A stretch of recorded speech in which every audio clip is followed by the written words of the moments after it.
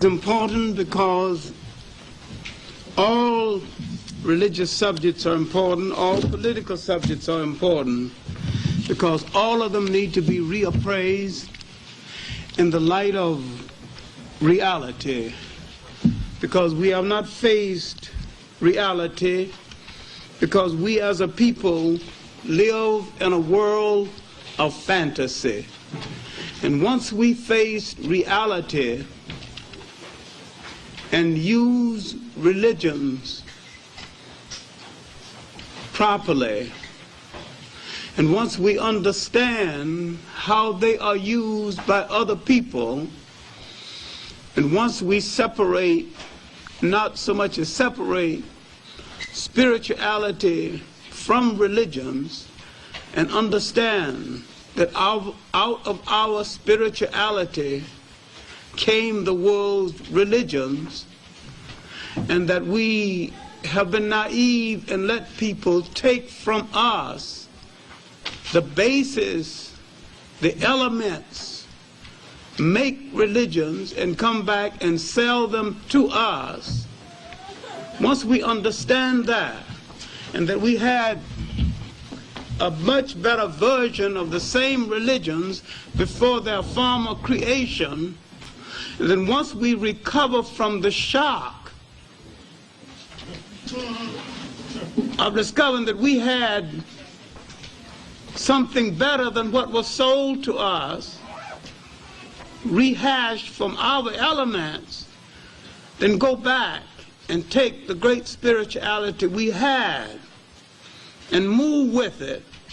And once we understand what we were and where we are, we will understand what we have to be and where we still have to go. We are still thinking minority when we were never a minority.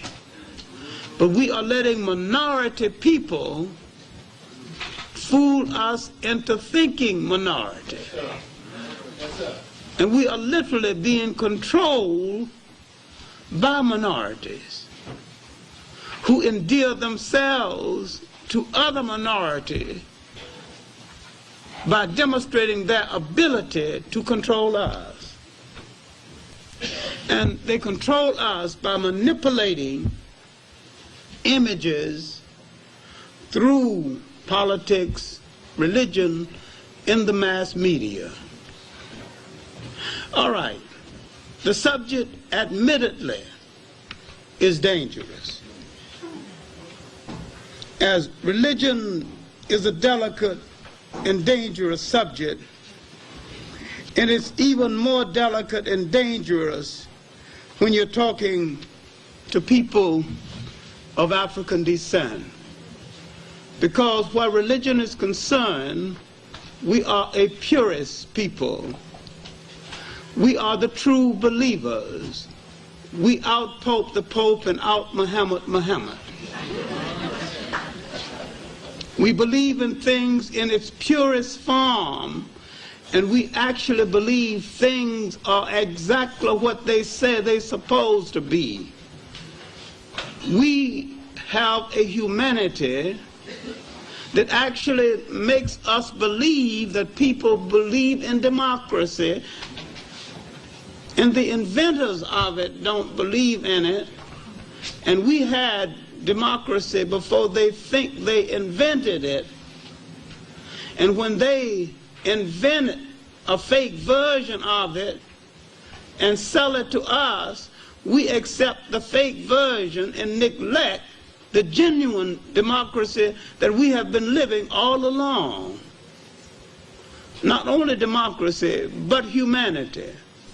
We have had a historical fascination for ideas that come from the outside, and this has been our trap. And we have not studied those people who sell us fake trinkets, fake ideals, fake government forms, and rehash our religions that we invent in the first place. Now, all of the elements that went into the making of Judaism, Christianity, and Islam came out of Africa.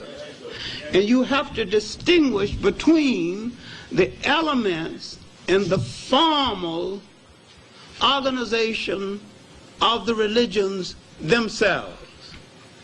The religions began to decline when outsiders, foreigners, took over those elements, organized them for their own political purpose, gave them a name, and began to project them to the world for their political purpose.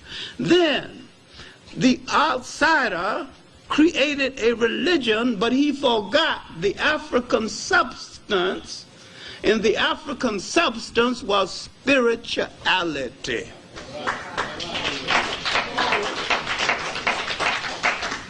Because if you have spirituality, you can use any one of them or none of them.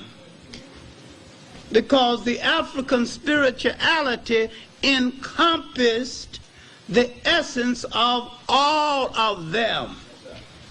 The white man has religion, but he has no spirituality. Then you must study and understand the difference between Islam and Arabism, something which is difficult for black people to understand. The Arab did to Islam what the white man did to Christianity. He subtracted the spirituality and made it a political instrument for his opportunism. But when it came over to the African accepted the spiritual aspect of it and forgot that to the Arab it was then and still is a political game, and that the spiritual aspect left him very early, and that he was then and is now playing a game, and that the spiritual aspect never touched him.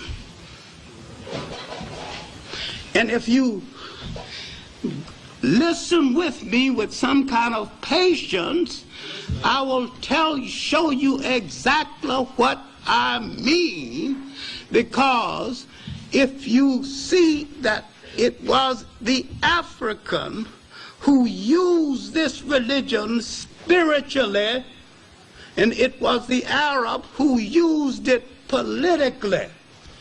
It is the African who still uses it spiritually, and it is the Arab who still uses it politically.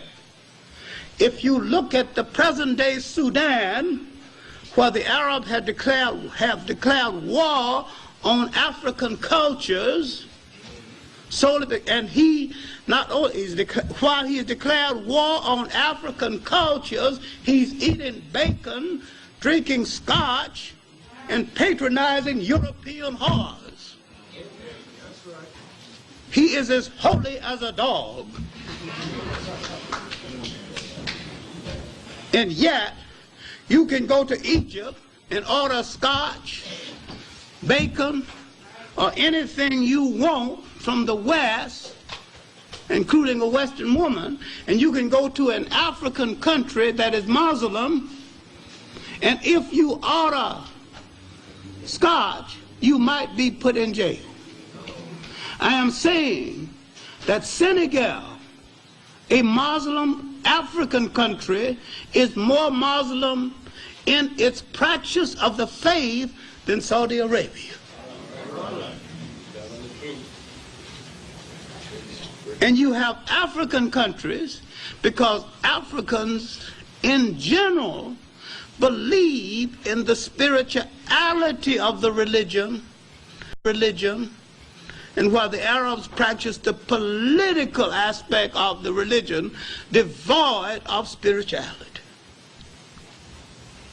And it is the African side of Islam that has used it for spirituality. It was the African side of Islam, and the African side of Islam alone, that has used it as a rallying cry for social reform and revolutionary change. Now, in a speech at the African Poetry Theater a few weeks ago, I asked the audience, could anybody name one Arab who used Islam as a rallying cry for revolutionary change? A Senegalese student rose up and said, Gaddafi, which proved he don't know what Gaddafi is doing. Gaddafi is an Islamic zealot who is trying to use Islam to start a new form of Islamic and Arab imperialism. He's doing a few good things to disguise his con game. Otherwise, why would he be in Chad and Niger? He's looking for minerals, he's looking for resources, and he's backing those African countries that he can Islamize. Then why would he build a mosque in Ghana? And when Ghana wanted some money for a sewage system, he would refuse.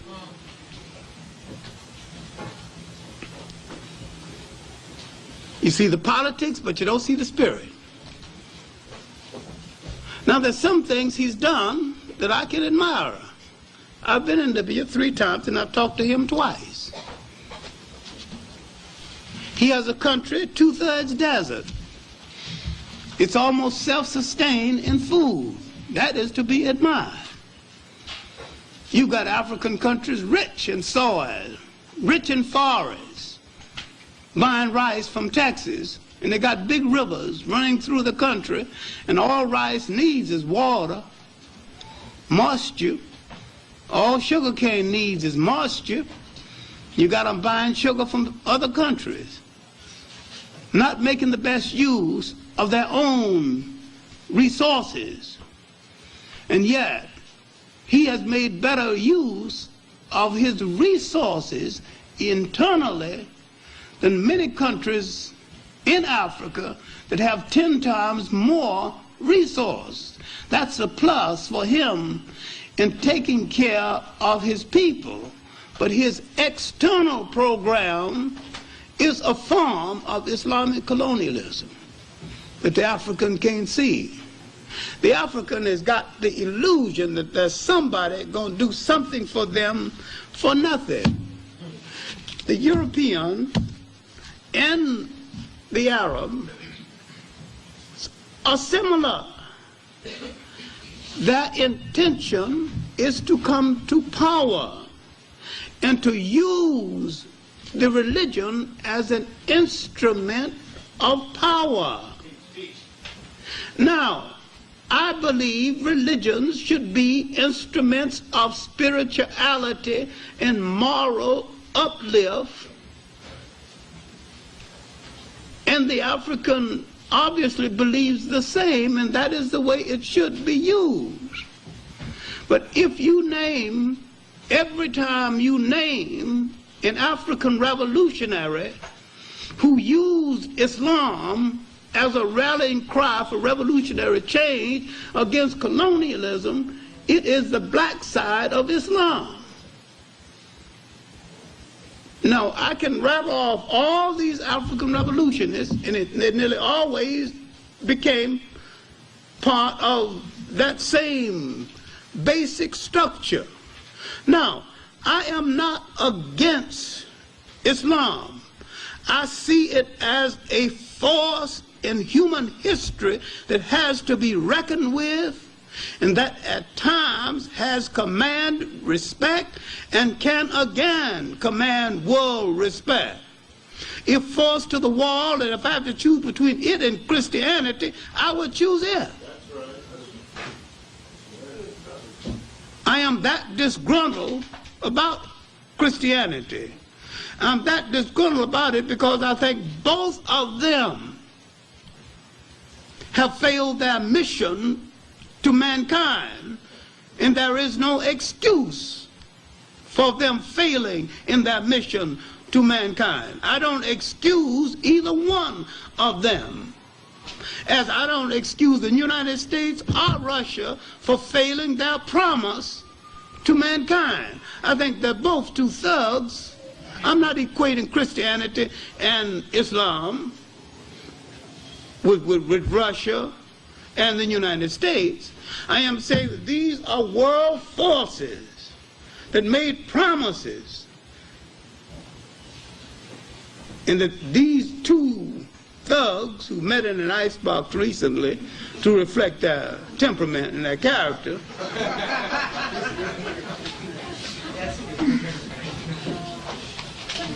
and when these forces meet, you assume that one of them on your side.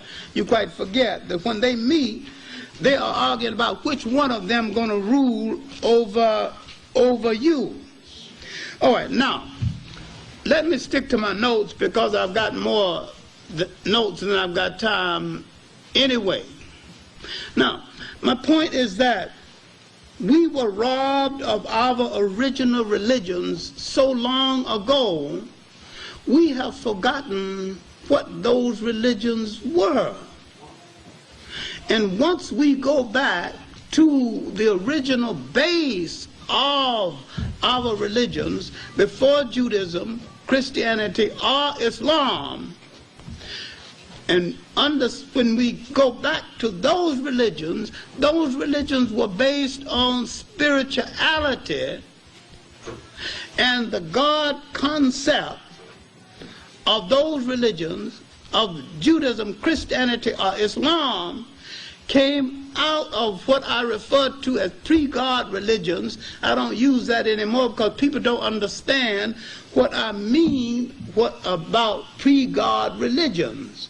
They're so accustomed to the word God, they cannot understand that there was a time when man thought of a force in the universe presiding over the universe, and while he meant God, he did not use the word God, and man had more spirituality before he consistently used the word God.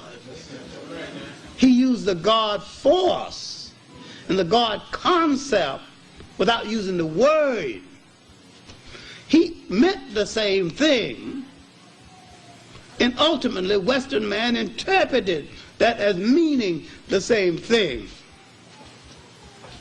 But at this period, when everything was an all-encompassing, all-conclusive, man had not created, the Africans in the great river civilizations had created a religion that was so all-conclusive. It was not a weekend Jimmy Swaggart type of religion. It was a kind of religion that touched your total being. It wasn't a Sunday religion, a weekend religion. It was part of your totality, your morality, your dress, your diet, your marriage, your total human being. And it dictated everything. And this is why at this period in human history, man did not have a word for jail because no one had ever gone to one.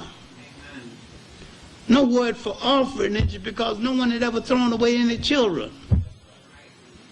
No word for old people's homes because no one had ever discarded grandma and grandpa.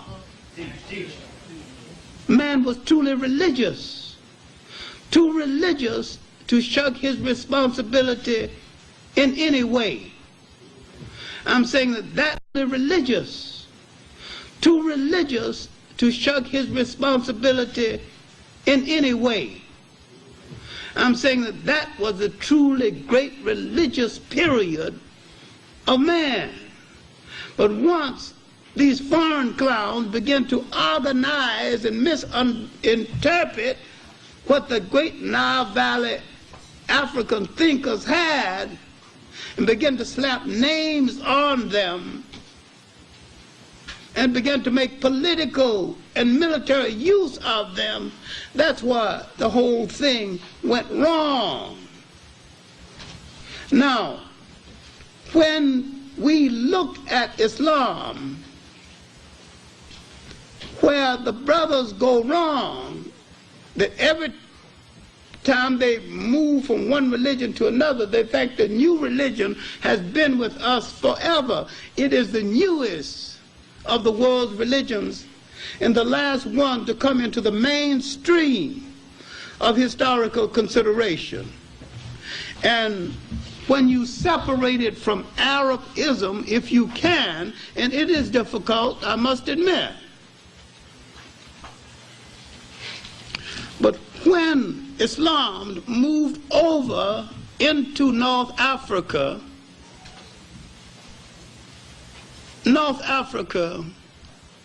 Northeast Africa was a fallen land.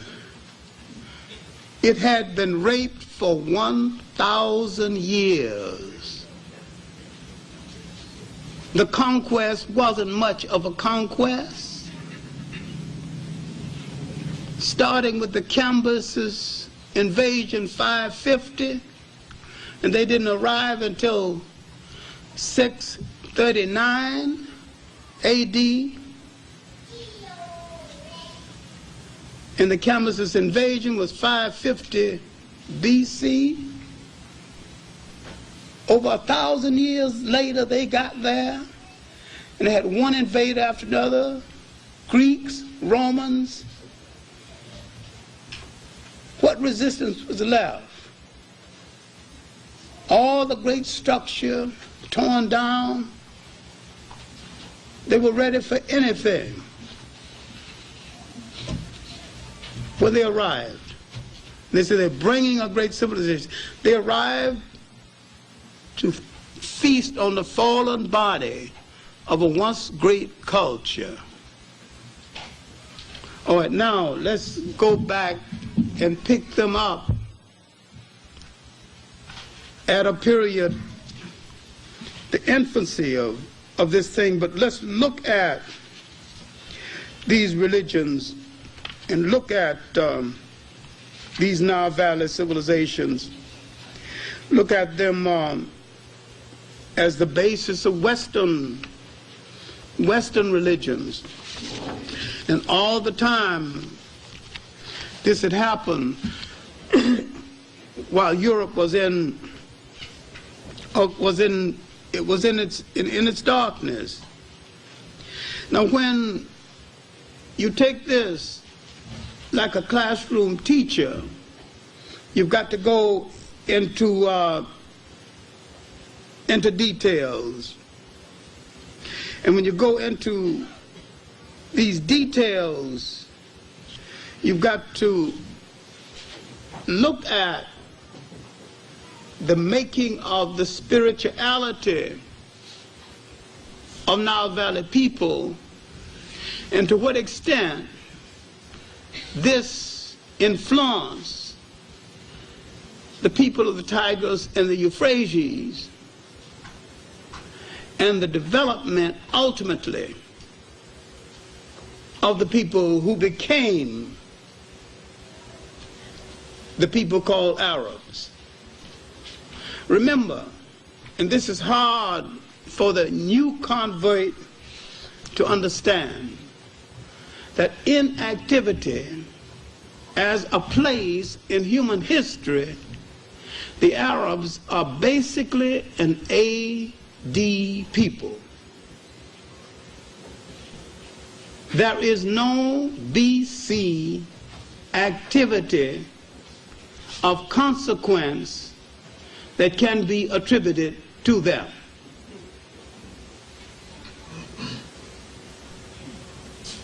Now, if you want to build a religion around them that has been there forever, and if you want to say, as some brothers have said, God created the first Muslim, his name was Adam, I don't know what you're talking about. If you want to create an Islam that started before the Prophet Muhammad, again, I don't know what you are talking about. But if you want to say that the elements, the sentiment, the basic social thought that went into the making of the religion existed in Africa before Christ, I can understand what you're talking about. But if you're going to say the religion existed before Christ, I don't know what you're going to talk about. I don't know what you're talking about. Then if you say that Islam is the black man's natural religion, I don't know what you're talking about. But if you say spirituality, the spirituality that went into the making of all three of these religions is the natural spiritual inheritance of the black man, I know what you're talking about. So you have to define your semantics, and you got to define your terminology before I understand what you're talking about. But you cannot say that he had a religion way back there called Islam, because Islam didn't exist way back there. Islam came into existence around the 7th century A.D., and that's what we're going to deal with. Just for your information.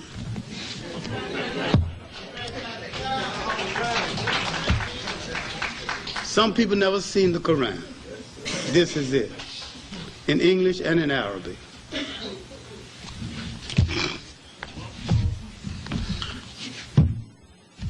This is a short history of Muhammad and the early caliphs and the early heroes of Islam. This is a book all black Muslims should have read, called Christianity, Islam, and the Negro Race by Edmund Vilmont Blyden. I have 2 shelves of books dealing with Islam, Arabs, and their history alone. 2 shelves. And I read practically everything and every word in every book. I grew up a Baptist Sunday school teacher.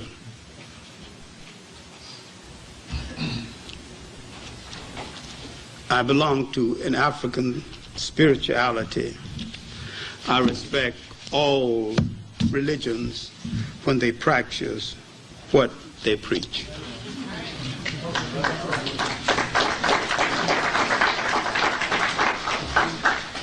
Now, we have to distinguish between what a religion is, what it can be, and what it promises to be. Now let us start with the present, then work back.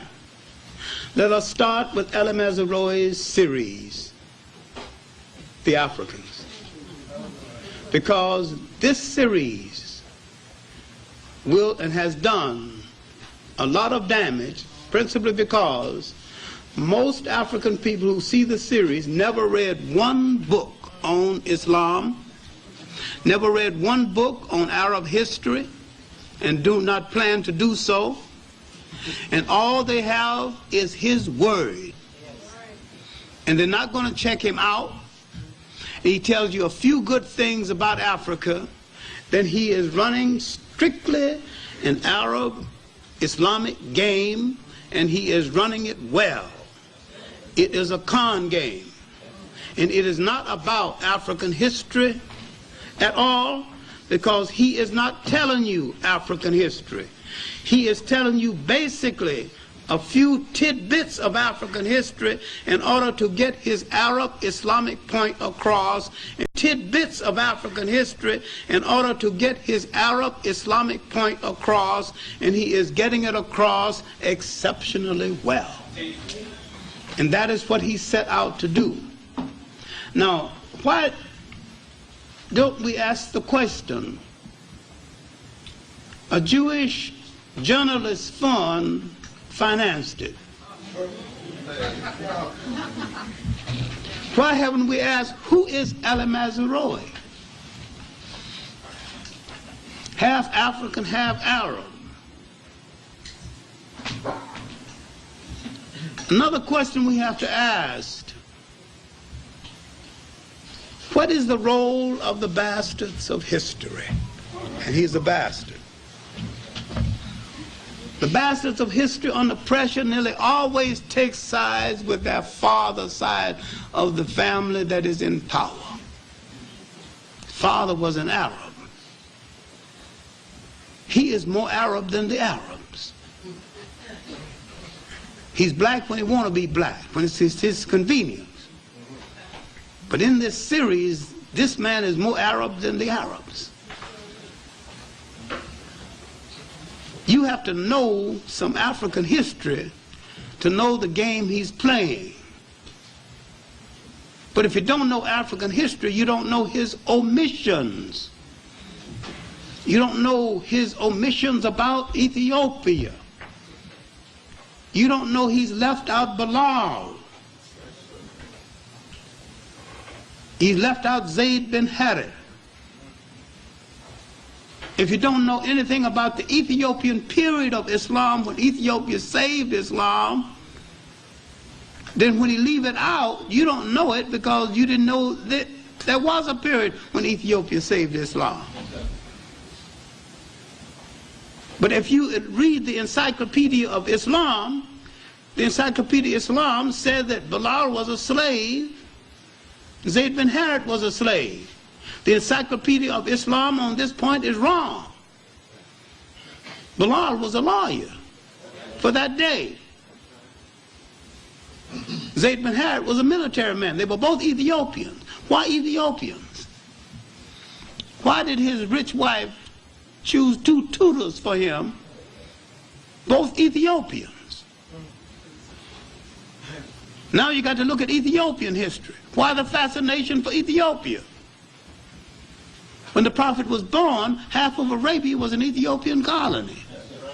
But if you haven't studied black imperialism, you don't know this. There was a time when Africans ruled nations and dominated nations.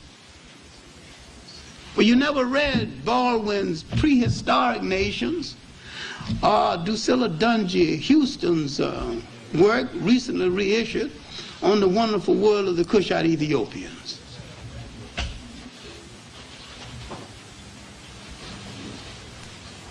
The second chapter, Chancellor Williams' work, The Destruction of Black Civilization, dealing with the southern African origins of Egypt. Look how much you have to know. Now, in his fourth stanza, the fourth session, which was really one of the better ones, dealing with exploitation, he dealt with it pretty well. He opens by downgrading the Western slave trade by 12 million people. Du Bois, in the end of the 19th century, said it was from 60 to 100 million people. The documentation has proven since then that it was at least twice that much.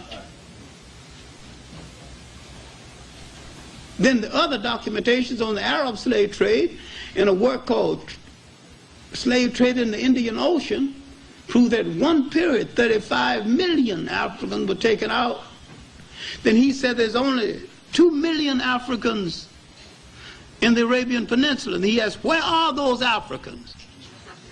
He's safe because most people don't know where are those Africans. Al-Mazrui, who's known me for 30 years, wouldn't dare stand before me and ask that question. Because I got an answer. I know where the Africans went who are not in the Arabian Peninsula. A lot of them went to India to perform the armies for the Maharajas. A lot of them went to Asia, different parts of Asia. Some went to China. And when the Portuguese came around to East Africa, the Arabs formed a partnership with the Portuguese. And the Portuguese and the Arabs got together The Omani Arabs, and El Mazaroi is an Omani Arab. The Omani Arabs established Zanzibar and made Zanzibar the largest slave trading force in the world. And if you look at the magnolia trees at Zanzibar, each tree represents an African who made the mistake of looking at one of the harem women of the Arabs, because if an African looked at one of the harem women, they'd cut his head off and they'd bury his body, and they would plant a magnolia tree over his body. Every magnolia tree at Zanzibar represented an African who made the horrible mistake of looking at one of those women. If you look at Basil Davison's work, A History of East Africa, look in the index, look at the word Mazaroi. You'll find some information on his family. Now, he wouldn't ask me any question, what happened to those Africans? If there's only 2 million in the Arabian Peninsula now. See, he's whitewashing the Arab side of the slave trade. Now, when the meeting was called by UNESCO on slave trade in the Indian Ocean, they invited 50 Arab scholars. Not one showed up. They don't want to deal with it. And the African who is a Muslim don't want to deal with it. And those who are Muslim in this country don't even know about it and don't want to be told about it.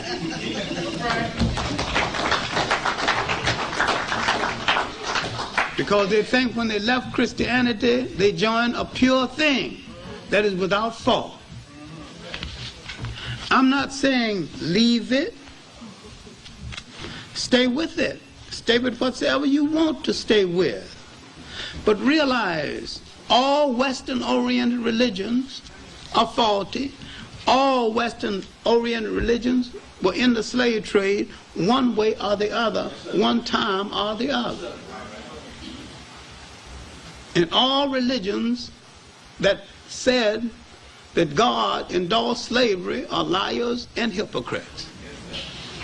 No religion and no God ever proved of anybody enslaving anybody. The Quran, and if you doubt it, you can take a copy here and find the passage, says that you can beat your wife, but you have to beat her with a stick only so long. The stick cannot be too large, but you can beat her.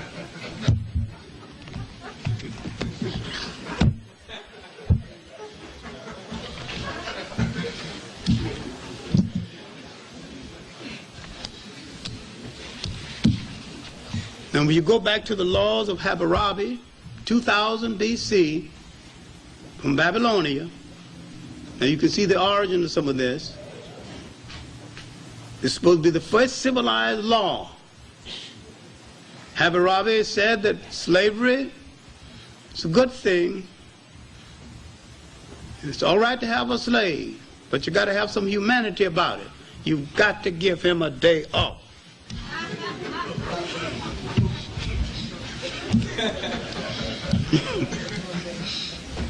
Give him a day off, it's all right.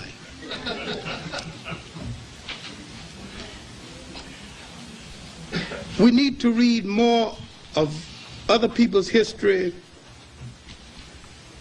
and more of our history. And if we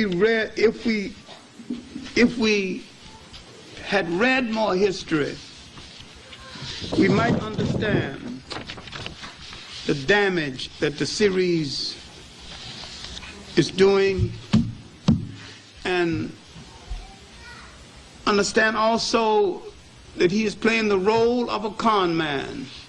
Con man gives you through a few flattering things to get you into the trap before he robs you and makes the robbery looks palatable to you until you wake up and the robbery looks palatable to you until you wake up and realize that you have been had. I don't know where he's going the rest of the series. I don't even know where he's going tonight.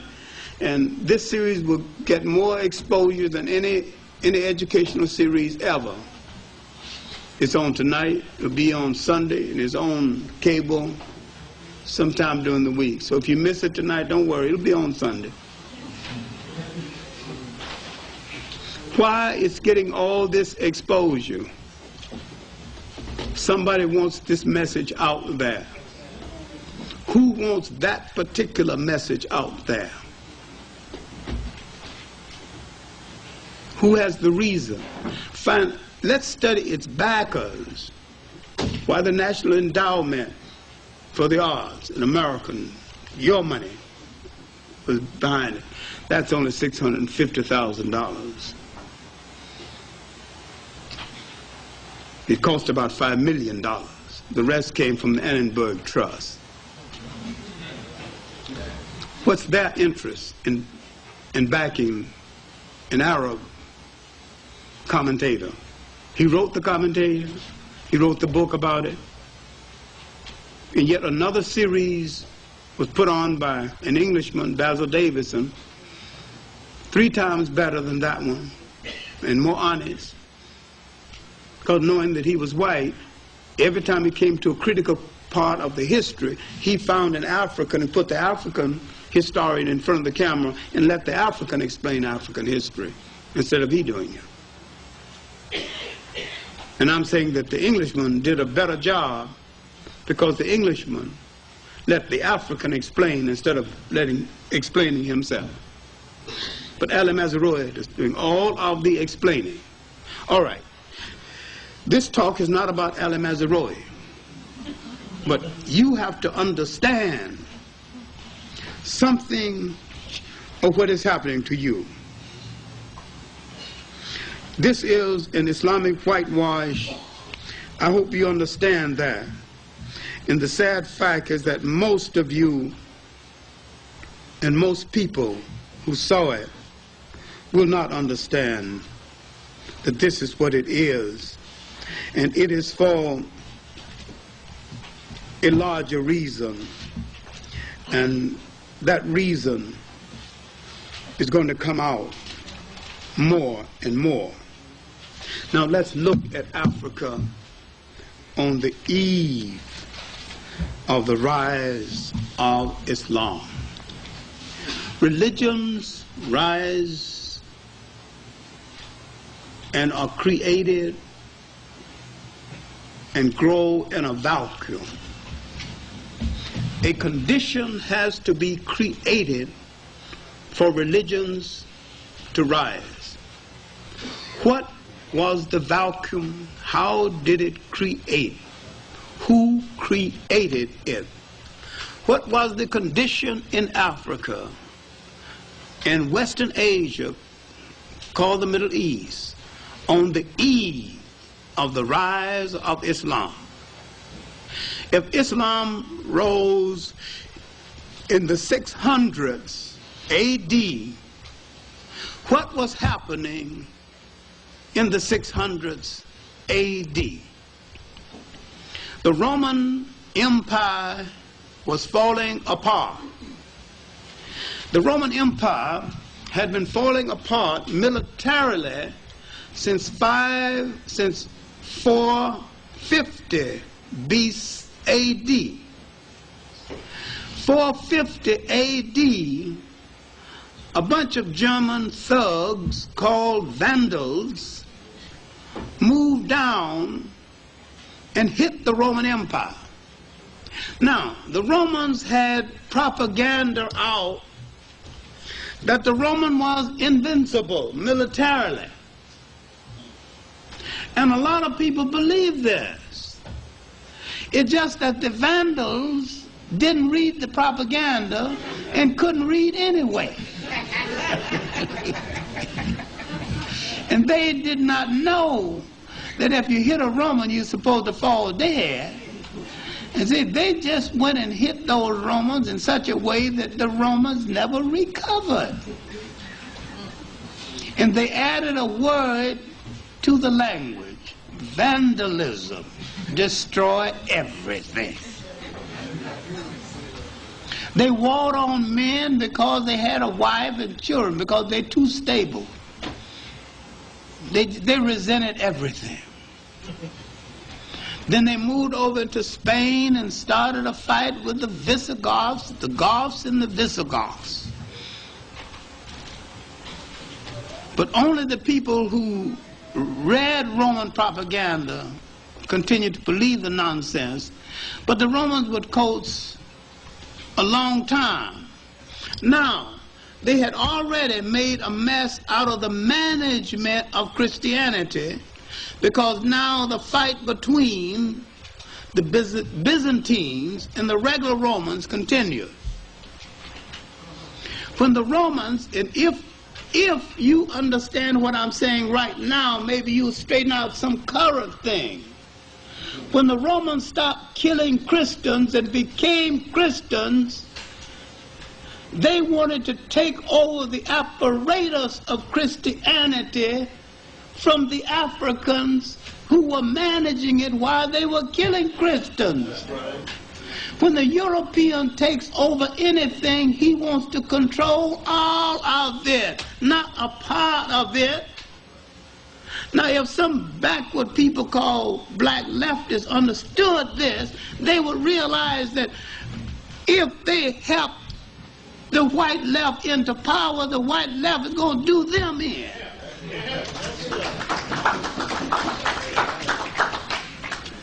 Now, I'm not less of a socialist because I'm saying this, but I'm more of an African nationalist and a Pan-Africanist because I'm saying this. Because I take my socialism from African social living and not from Karl Marx. I take mine straight from the originators of it, who originated it before the first European wore a shoe or lived in a house that had a window. So I know there's nothing new about it. The Africans had it all along. So I go to the original instead of the carbon copies created in Europe. Now, there are a whole lot of Africans today who don't understand that. Now, my point is that once the Romans became Christians, they accepted as a political apparatus, but the spirituality of it eluded them completely. Where are they now in history? The conference at Nicaea has already occurred, several conferences. That's behind a few hundred years now or more. The Romans, out of their weakness, you must separate the political Roman Empire from the Holy Roman Empire. The political Roman Empire is dead. When the political Roman Empire started to weaken, they began to have African emperors, the most colorful being Septimius Severus, and one of the last being Clarke. And Septimius Severus is noted for he was also the governor of England, in addition to after being governor, emperor of Rome. All right, he was from the political Holy Roman Empire. Political Roman Empire. Now, the Holy Roman Empire has had, at this point, 3 African popes. Tertullian being a noted one. There were 3. And Tertullian wouldn't be popular today because he's really one of the first to say, "Vanity, vanity, thy name is woman." So the holy sinner, the greatest writer of the church has had is behind us now. I mean, St. Augustine. St. Augustine, really, who gave the church its literature, also African, gave it its being. So African, gave it its being, has lived and practically died by now. Bishop of Hippo. He has written far more than the world knows. People know about this City of God and his confessions. But there was so much of his writing that has not come down to us that is available in text and in, documents. But he has lived and practically died by this point, at this point. My main point is that the African contribution to the church has been made. And Augustine looks back at what these Europeans have done to Christianity. He said it makes him laugh, especially the conference at Nicaea. These people don't understand Christianity. Now, the fight between Byzantium and Rome over the dominance of the church has literally wrecked the church. And this mismanagement and disenchantment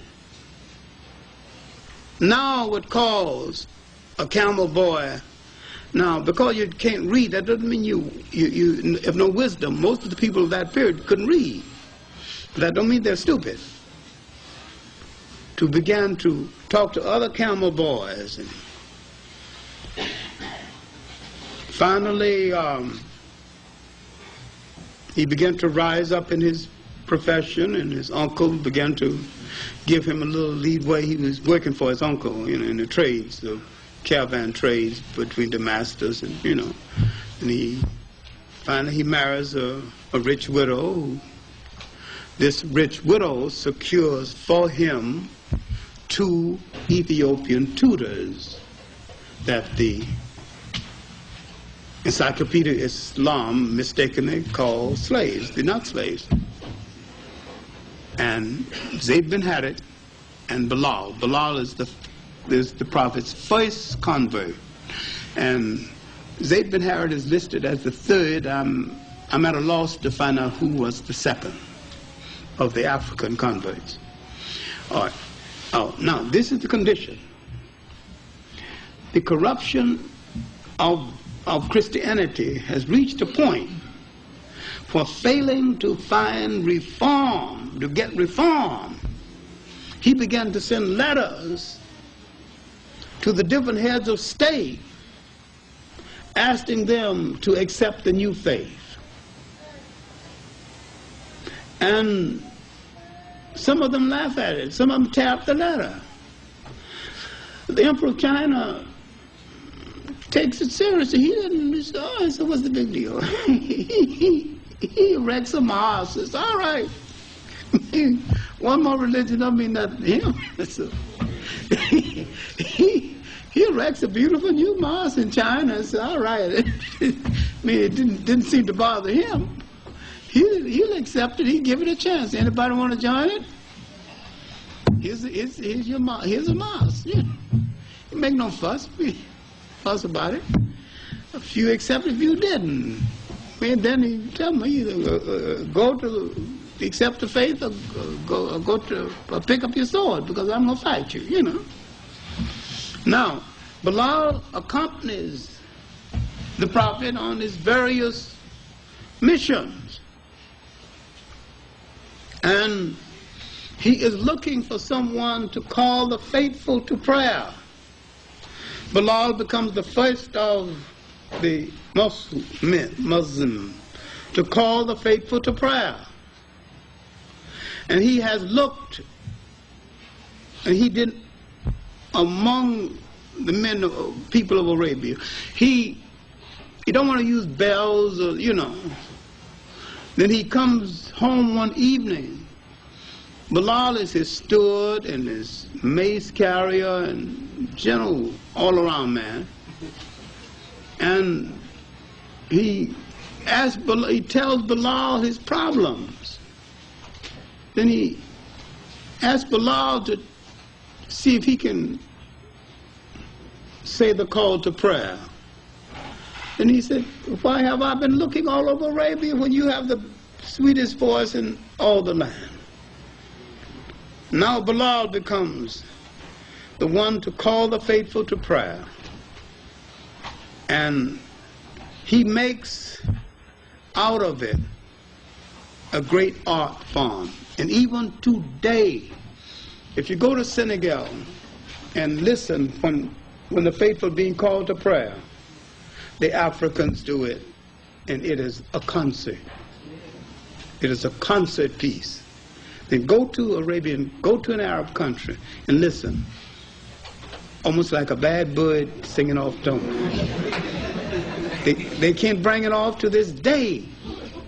They can't bring off that song. The beauty of that song. There's no God but Allah. Allah is, you know. It's repetitious, but it's the African who can take that repetition and infuse a spiritual beauty into it that you will not find in any other country, any other place in the world. Because in Libya, they just record an African voice and play it on record from the that they get it that way. But Libya seemed to have been the only predominantly Arab country where the 5 prayers are called on time, and where you do see a degree of people moving toward the mosque to say the 5 prayers. In most Arab countries, the traffic keeps on and nobody pays slight attention to it. But in Senegal, a predominantly African country, when it comes time to say one of the 5 prayers, the traffic stops. And you could be going to have a baby, but the traffic stops. And my point is that whether I believe in it or not, it's just so beautiful to see so many black people doing something in unison. Right or wrong is of no significance. No significance. Just see them doing something together. It's a thing of joy.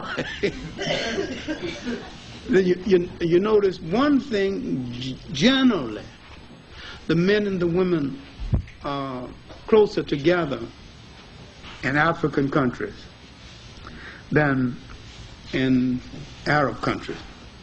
And inasmuch as the Prophet's first public act at a time when, because they are a desert people, when a woman had 2 girls, if the 3rd child was a girl, they either got rid of her or put her to death.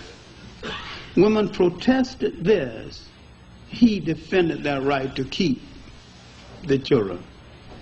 Now, inasmuch as the Prophet defended their right to keep their children, one wonders why and how over the years systematically Islam became predominantly a male chauvinistic religion. Here you have to separate Islam from Arabism.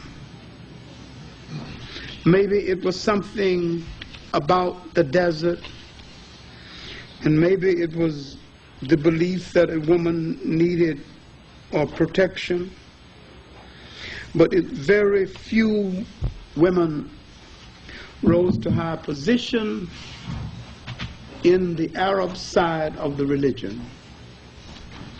And I can name one woman head of state in the black side of it who not only headed a state but rode in the head of her army and commanded her armies in the field.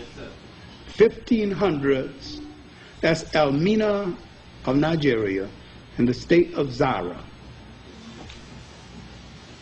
I recently recommended that she be included among Budweiser's great queens of Africa.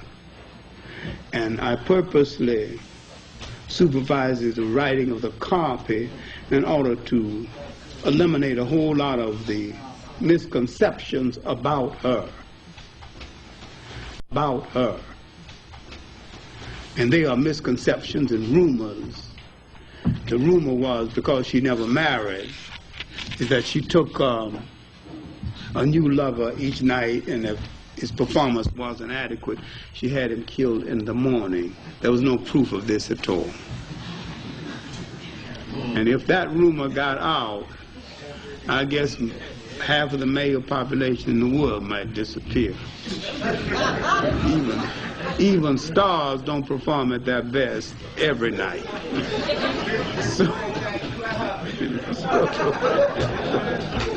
So that was an important thing anyway. The important thing was this strong woman defended northern, it wasn't Nigeria then, it was in the Hausa country. The state of Zara defended her state and built walls of defense that still can be seen in this part of Nigeria. Defended her right as a woman without getting into the nonsense about liberation. Held her ground, defended her lineage, and left her mark on that territory of Africa until that part, as a part of Nigeria that is literally called Elmina City. And she was a Muslim. And that did not happen any other place among Muslims for women. That did not happen. It surely did not happen any place among the Arabs. And the revolutionary African, especially revolutionary against colonialism, happened nearly always on that side, on the African side. That meant that the African accepted the religious side and the spirituality, and that Islam said something to the African that it did not say to the Arab, and that it still says something to the African that it is not saying to the Arab. That if Islam is to be rescued and made the great spiritual and moral religion it was intended to be, instead of the political instrument for opportunists, it will be the African who will make it so.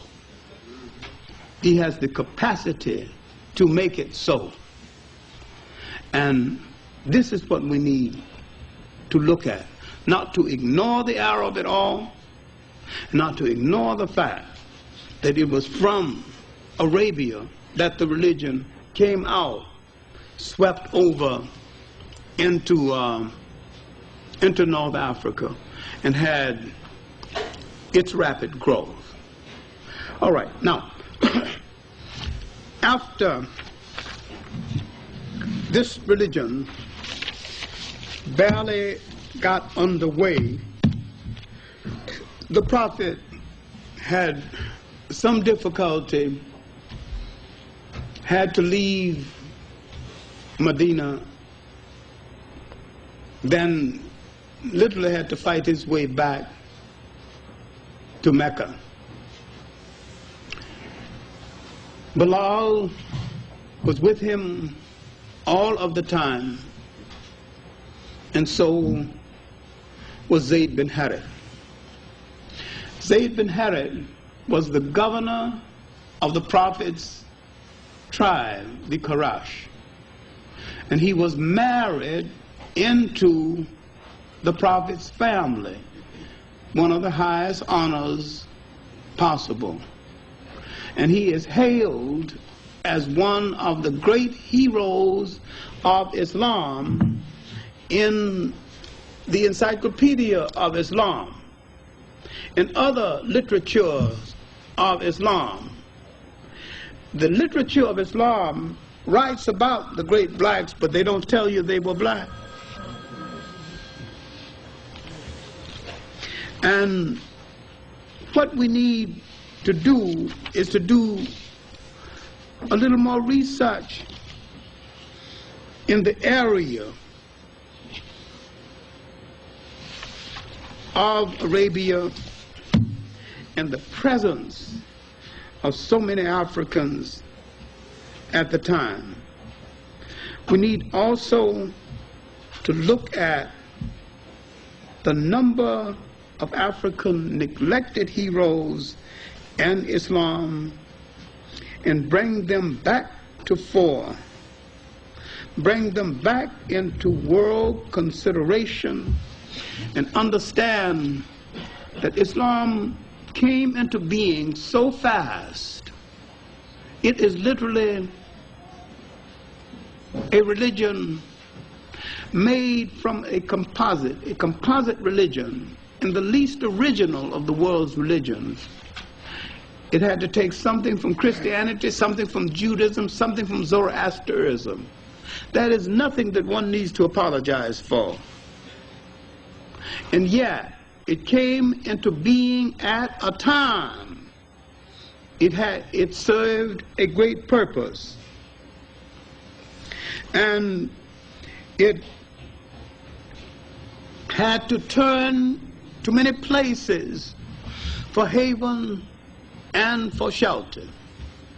On the advice of Zayd bin Harith and Bilal, some of the key followers were sent to Ethiopia for shelter while the trouble in Arabia blew over. The prophet said, "Go to Ethiopia, go to that land of righteousness where no one is wrong." This is the kind of reputation Ethiopia had among Muslims. At the time, it had been a Christian nation for over 300 years.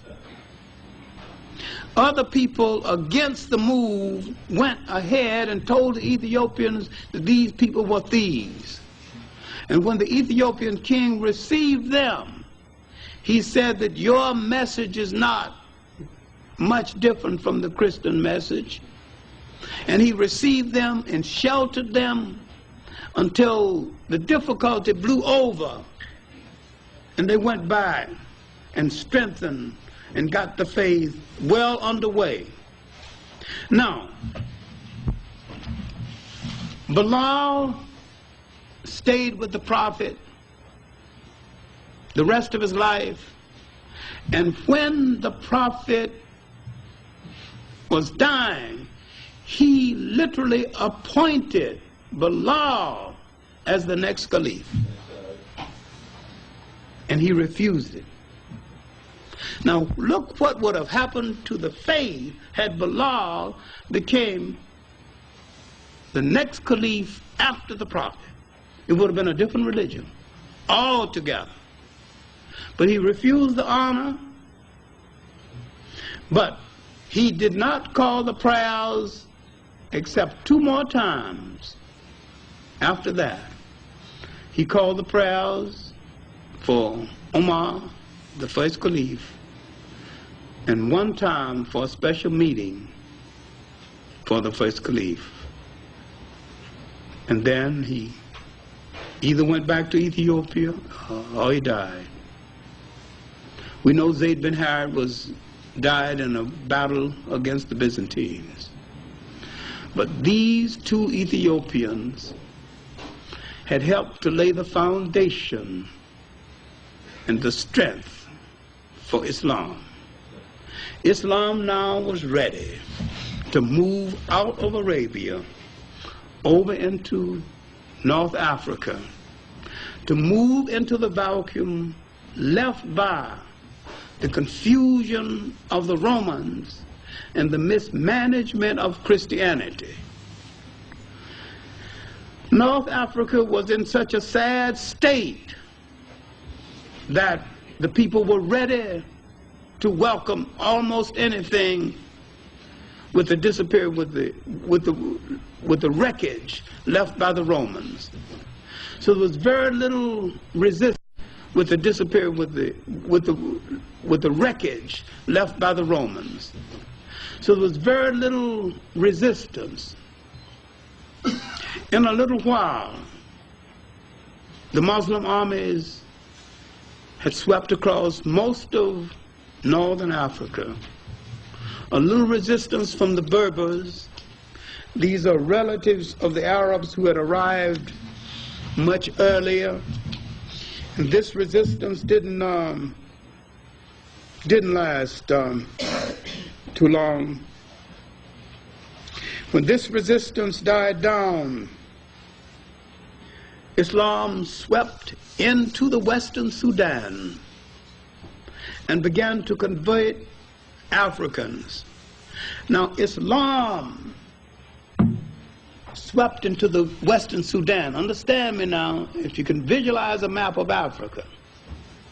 They went down into West Africa, not the coast, but inland away from the coast. That is called the Western Sudan, skirting the coast. And they converted a group of Africans. And these Africans became purists. So much purists that these Africans, after 50 years or so, came back into Morocco and told those who converted them, you are not properly observing the faith. I'm purer than you are.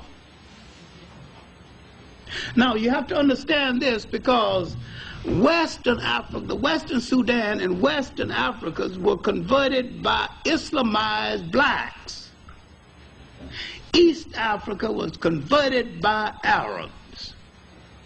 Islamized blacks knew what part of African culture to leave intact in spite of Islam. You can see the difference to this day. And East Africa, converted by the Arabs, who had no respect for African culture then or now, they destroyed a lot of African culture. They married African women, and after 50 years they had produced enough black-looking Arabs, and ultimately they would use them to go inland where the Arabs were not permitted to go and start the East African slave trade. Over 600 years before the European slave trade. And the Arab is the only aspect, a branch of Islam to use Islam as an aspect of slavery.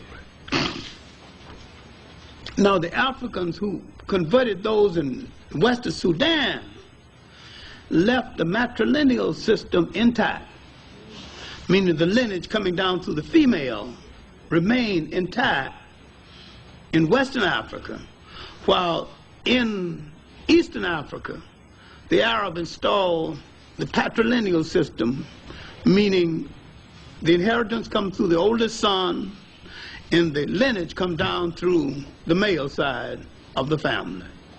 It has wrecked the culture to this very day.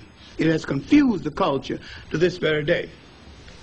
Now, when they arrived in Egypt, they arrived at a culture that had been raped by foreigners for 1,000 years. They had no respect for it or understanding of it then. They have no respect for it or understanding for it now. The Arab traditionally has no respect for non-Arabic culture, and practically none for African culture in other parts of Africa. And this is the basic drawback and the basic difference between Arabs spreading Islam and Africans spreading Islam. African Islam is basically different from Arab Islam. Arab Islam is a form of Arab supremacy and condescension.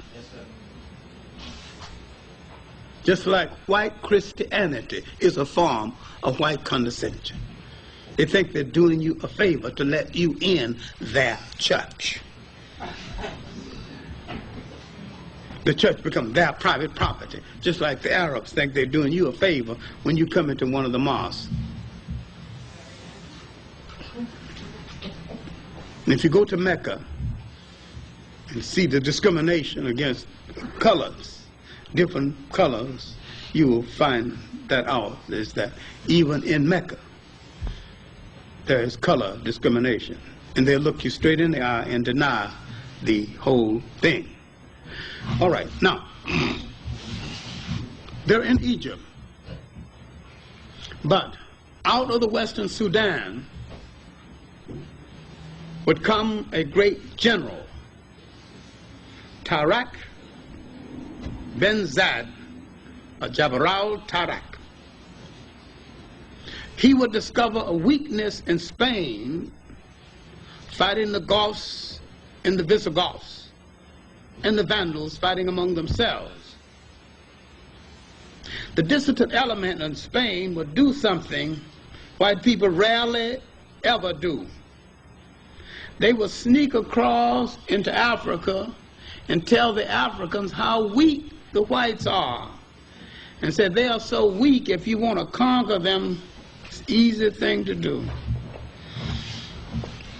Jabral would send a testing army, about 10,000, just to test their lines. You find it is easy.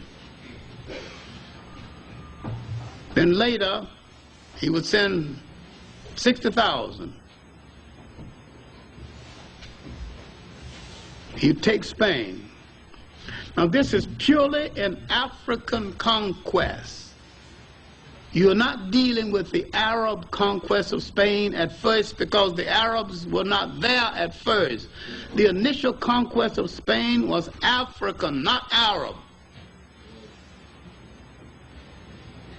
That army came from the Senegamia, now Senegal, and parts of what is now Mauritania. And when they moved over and conquered Spain, Madame Bourguiba has written a book on it that bears the name Clarke Ben Zad. The Rock of Gibraltar is named after him. It's the hill or the mountain of Clarke. Gibraltar is a corruption of his name, Jabral. And she describes the army going into Spain. She says the army was black as ink. The general was blacker still. Meaning the general was the only one riding a white horse. So his blackness against that whiteness looked blacker than the rest of them. But the horse was better dressed than the kings of Europe, with silk and brocade. And the women taking off garments and throwing him in front of his horse, waving. Let me be the first. I'd like to see Hollywood put this in Technicolor.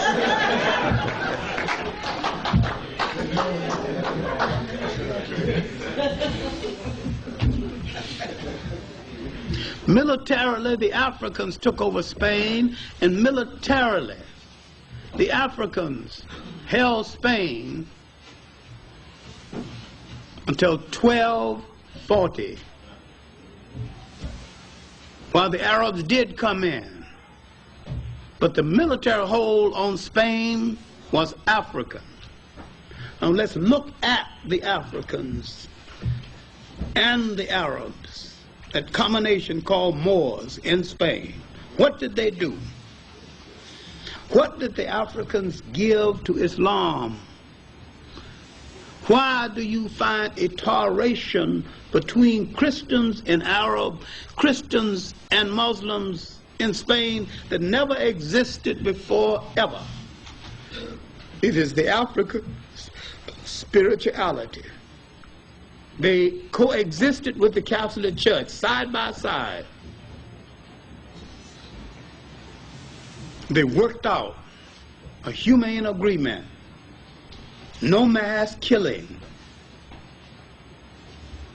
They built public schools. No mass killing. They built public schools. They built public baths. There's a chapter in John Jackson's Introduction to African Civilization called Africa and the Civilizing of Europe. You would do well to read it. That chapter alone is worth the price of the book. But there are many other books on the Africans and the Arabs in Spain. They gave Spain the greatest civilization it has known before or since. They built a great university, Salamanca. They translated the great works of the masters of Europe, including a lot of works they had stolen from Africa. Europe had forgotten its own masters. The Africans translated it. It was the African that suggested that the Jews be appointed to the chairs in the mind sciences. God, what an error. All the ideology chairs. It was the Africans who took the Jews into Spain and made them the grandees, the money managers of Spain. And when the Africans lost power, some of them went Holland and found the Dutch East India and the Dutch West India Company and became managers of the slave trade. People find no compunction of turning on us when it's their convenience to do so. But their performance in the partnership between the Africans and the Arabs and the Berbers in Spain was a long and beneficial partnership and a fine moment in their history and in world history. The African and the Arab and Islam had united and held Europe at bay for almost 1,000 years. And when that partnership went bad, both of them were in trouble. By 1450, the Africans and the Arabs began to argue among themselves over nonsense at first. But 1240, the Portuguese had broken away from the Africans, but Spain was still under their domination. Then half of Spain, by 1455, had broken away, the Castilian part. And now they had colonial aspirations of their own. And they went to the Pope to discuss the matter. He was the leading authority of the world where Europe is concerned. Now they wanted a piece of the world. They wanted to start dividing up the world among themselves. And the Pope told them, you are both authorized to reduce to servitude all infidel people. In other words, you need not feel guilty about the slave trade that had already started along the coast of West Africa. The fact that there were great independent states inside of Africa is something I'll talk about later on. My main point here is that Islam had swept down into the Western Sudan, that a lot of people say the great states of Ghana, Mali, and Songhai were Muslim states. Ghana was never a Muslim state. In fact, Ghana was destroyed by Muslims. By Abu Bakr of the Susus. When he pulled his army out of Ghana to help his co-religionists in Spain, he died.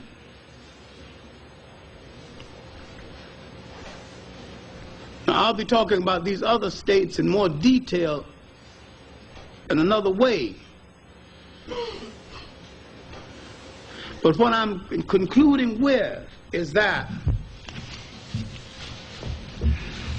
the spread of Islam into the Western Sudan had brought a language, a sense of accounting, and a religion that had a fascination for the African. But now, the argument between the Africans and the Arab, spoiling the performance they had, that almost 1,000-year performance that had been good not only for them but good for mankind. They had given North Africa some stability, and they had given the Western Sudan some stability. It came 1492, and the least significant event would be the so-called discovery of the New World. The greatest event in the history of that period would be really the Africans and the Arabs, collectively called Moors, would lose their hold on Spain and be pushed out. Be pushed out of Spain, and they would lose the Mediterranean. They had blocked Europe in the Mediterranean. They had forced Europe out of the Mediterranean, and they had forced Europe into the Middle Ages. Now Europe had discovered longitude and latitude. It had come out of its box. They'd gone back to sea. They had learned some maritime techniques from the school at Salamanca, that the Africans had translated the information from Spain, and they would turn on the very Africans who translated it for them and the very Arabs. The fight between the Africans and the Arabs would facilitate the rise of Europe. But except had the Africans and the Arabs got together at this point in history, fighting over various interpretations of Islam, they could have stopped Europe and stopped the slave trade. But instead of stopping the slave trade, the Arabs went into the slave trade, disgraced Islam, disgraced themselves, and left the African without protection, something which we should never forgive.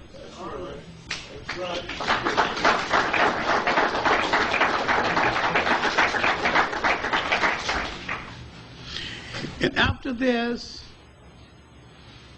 the Africans, mixed Africans, Berbers, and Arabs in Morocco, sore heads, turned inward on Africa to rob the nations to the south.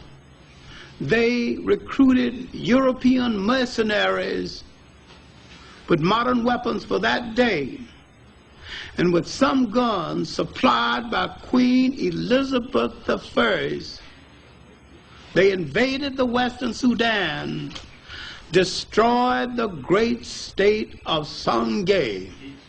In the long night that was to last 500 years had started, and the good that Islam had done was being spoiled. Now you had Muslim against Muslim facilitating the spread of the slave trade inland.